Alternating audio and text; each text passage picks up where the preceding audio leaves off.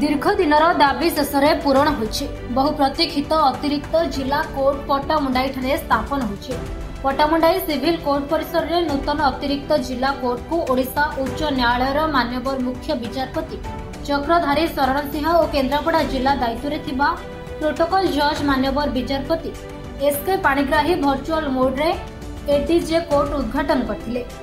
केन्द्रापड़ा जिला जज Vishwajeet Mahanti पौरोहित्य पट्टामुंडाई civil court परिसर में नूतन एडीजे कोर्ट उद्घाटन उत्सव आयोजित हो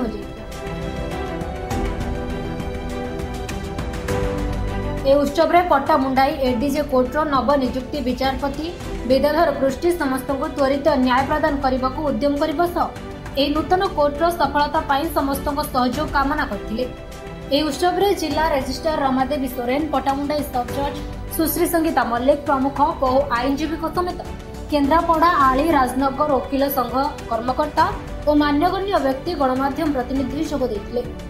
जो डिमांड थिला से लॉन्ग पेंडिंग डिमांड सेटा आज मो मत पूरण हो आमे आशा करूँ समस्ते जमी एडीजे कोर्ट टी भल भाव फंक्शन कर लोक मैंने आसवे आमे जिते लोक मानकर जो लिटिगेंट्स मैंने आसुँच सुविधा बसवाई पानी विभिन्न जी बेसिक रिक्वायरमेंट्स आमे निश्चित फुलफिल करूँ एवं आमे मैंने देखू से केमती त्वरित न्याय पाई।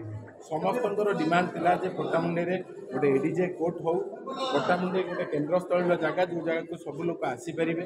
वर्तमान न्याय व्यवस्था धीरे धीरे लोकों द्वार देश में पहुँचवा जाऊँगी तेणु एटी जितेबाला एडीजे कोर्ट है समस्ते पट्टामुंडाई पाखापाखि जनसाधारण अच्छा एमाने समस्ते आसी यू ही न्याय पाइपर ये न्याय सेसन्स ट्रायल ये हम यू पर से अपील जापारती हाइकोर्ट किंतु से न्याय से निकट में मिल यह दीर्घ दिन दाबी थिला।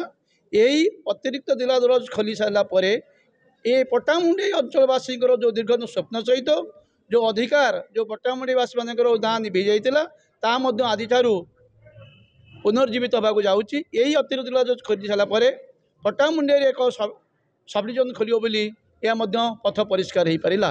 पट्टामुंडाई अनिल चौधरी रिपोर्ट उत्कल खबर।